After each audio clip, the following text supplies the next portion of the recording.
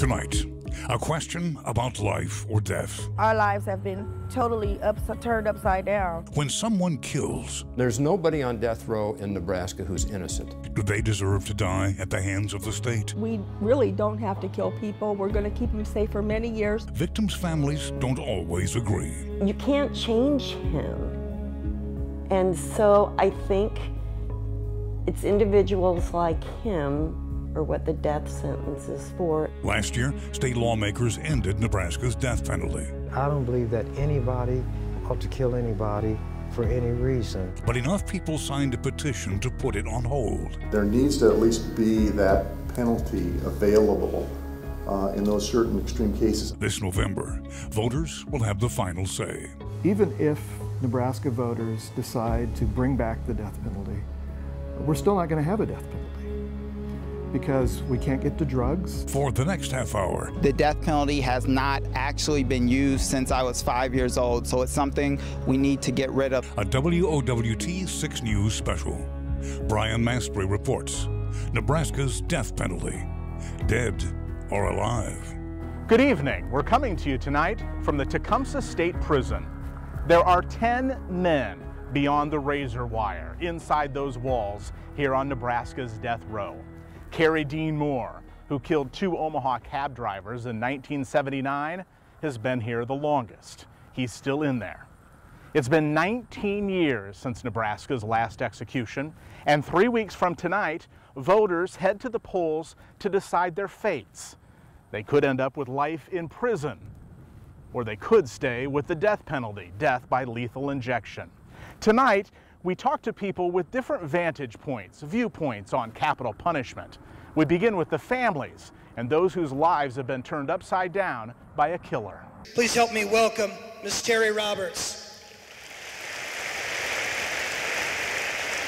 Life changed forever 3 years and 13 days ago when Andrea was senselessly and brutally murdered on her way home from work by serial killer Nico Jenkins. In September, Terry Roberts shared her 3-year nightmare with thousands of teenagers. Losing Andrea is the most devastating, most unimaginable pain I have ever experienced. She wasn't speaking at the American Spirit Summit in Ralston to scare them, but to offer a lesson in perseverance.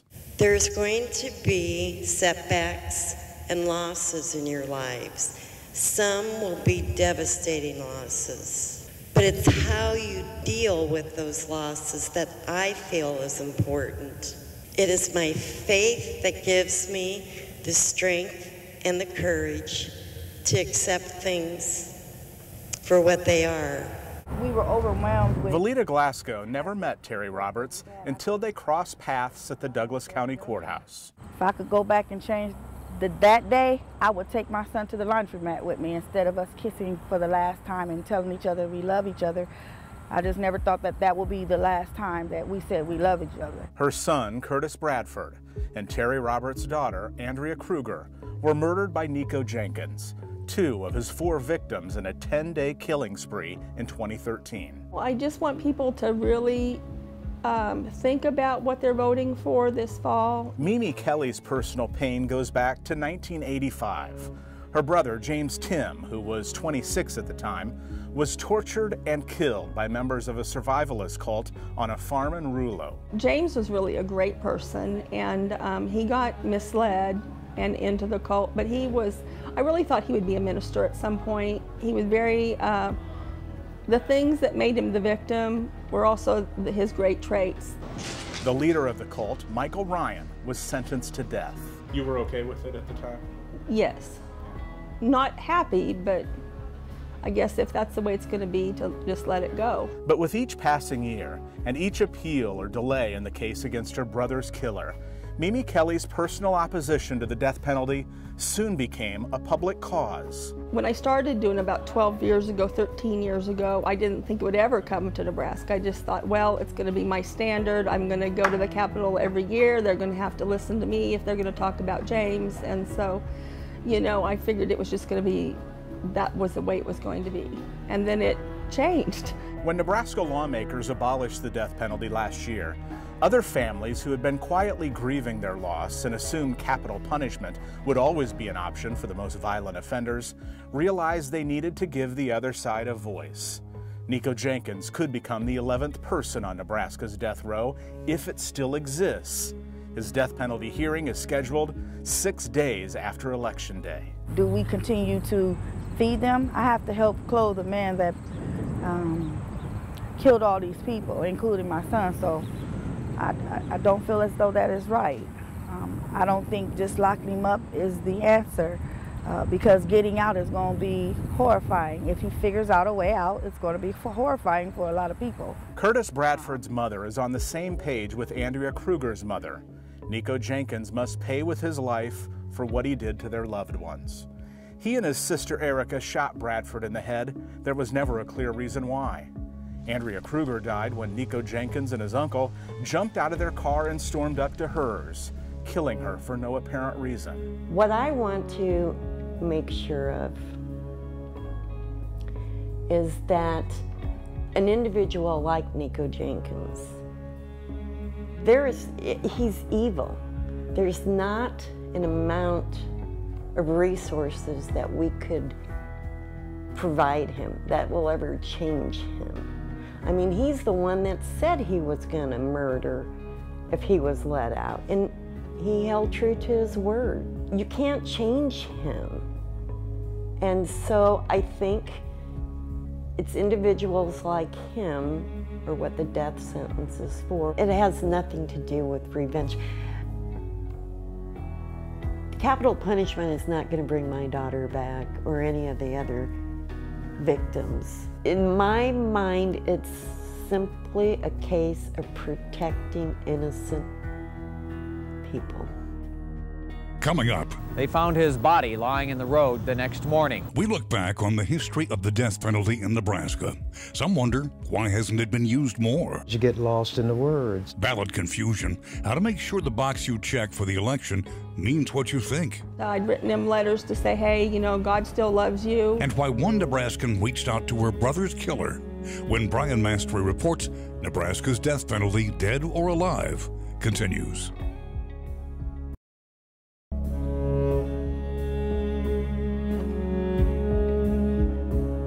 To understand the death penalty in Nebraska, we need to look into its recent history. In 1994, an odd scene developed outside the Nebraska State Penitentiary in Lincoln. It seemed to have the makings of a football tailgate. Partiers on one side, protesters on the other. They camped out for an execution, the first one in Nebraska since 1959. The public, even our camera, could see Willie Ote in the holding cell. He would be put to death in an electric chair that had been dormant for more than 3 decades. Our Mike McKnight was one of the witnesses who watched him die. He looked at me in the eye for a brief moment, and the only way I could look at it was he was saying, like, I hope you can live with yourself. Before Ote, the last person executed here was a mass murderer whose mere mention of his name still puts people on edge in Nebraska, Charles Starkweather. Anything to say, John? No. In 1996, 2 years after Ote's execution, serial killer John Joubert was put to death. He had abducted and murdered 2 young boys in Bellevue and Papillion.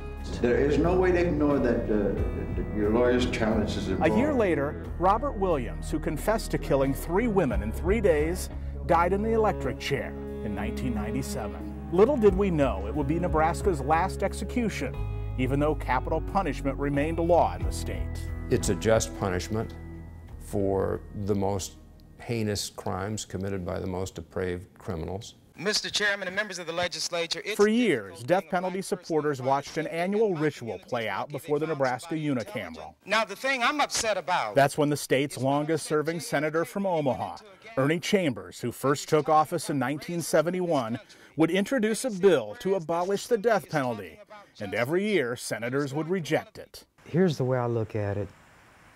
As one man, I don't have the right to kill anybody. If 2 of us agree that we ought to kill this 3rd person, that doesn't give us the right. If you get a mob and they decide because of their numbers to kill somebody, it doesn't make it right.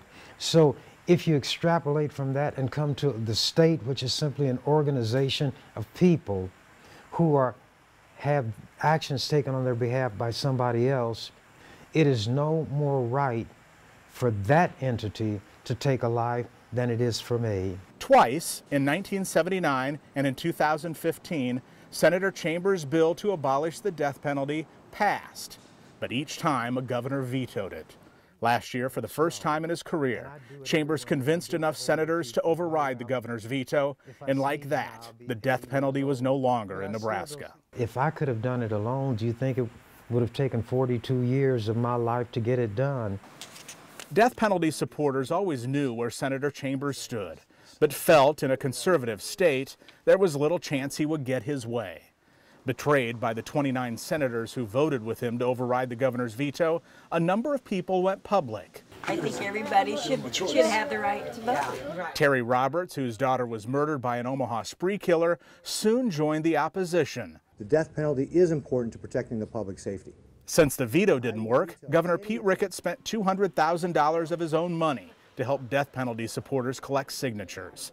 In 90 days, Nebraskans for the death penalty turned in 3 times the number they needed, bringing in 166,000 signatures to the Secretary of State.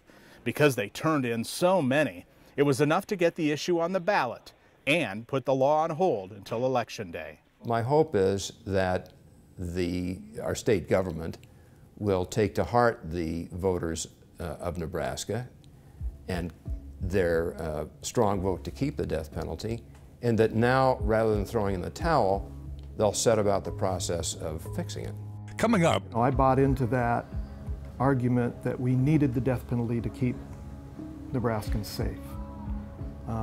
But it's been 20 years. How has Texas managed to carry out executions in the last 20 years, and Nebraska has not? And I don't think the state of Nebraska has abused the capital punishment sentence, so I think we need to go through with it. Plus, wrestling with the fear of putting an innocent person to death.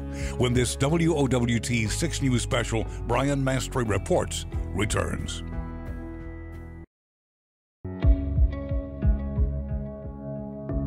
Executions are down across the nation. So far this year, 16 people have been put to death, the fewest since 1991. It's not that the state didn't try to use the chamber at the state pen in the 19 years since Nebraska's last execution. Remember Kerry Dean Moore, Nebraska's longest-serving member on death row, 36 years?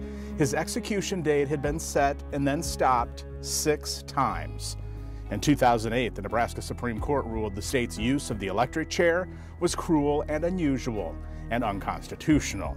The electric chair went away, so lawmakers mirrored other states and changed the execution method to lethal injection. But that's been a problem too. One of the 3 drugs used for lethal injection is illegal to import into the United States. We can't get to drugs. There's still going to be Supreme Court mandated appeals. We can't change that.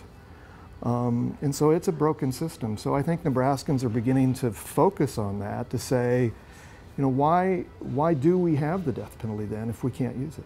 The drugs that are used in Nebraska's lethal injection protocol are the same that are used in the federal protocol. And I think that the people who adopted it felt that, well, if this was what the federal government was doing, it should be appropriate for us too.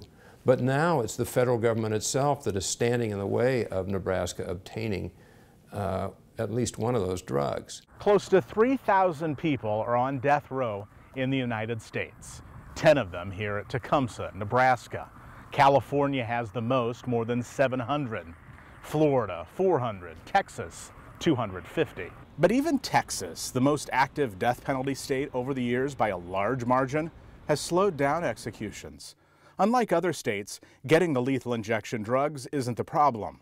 The courts are stepping in more and more than usual. This year, Texas has executed 7 men. The number hasn't been that low in 20 years. For the 7 executed, their average length of time on Texas's death row, 14 years. Colt killer Michael Ryan spent 30 years on Nebraska's death row. The length of appeals was one of the reasons victims sometimes push back against the death penalty. That takes at least 30 years probably, and if you want to live in anger for that long, waiting for this thing to happen that may not ever happen, that's probably not good for your own mental health. Mimi Kelly took it even further. Trained as a nurse, she took a part-time job at the very place that housed her brother's killer. Did you run into Mike Ryan there? I saw him. What was that like? It was unique. I knew I would, sooner or later. He looked much the same then as I thought he would, full beard, and he was kind of taken in as well as my brother. He had a rougher childhood that he never would admit to. Things just didn't really go the way it should for him to have a good adult life. Michael Ryan never saw the execution chamber. Last year, he died in prison of medical problems at the age of 66, 3 days before Nebraska lawmakers repealed the death penalty. This WWT 6 News special continues after this.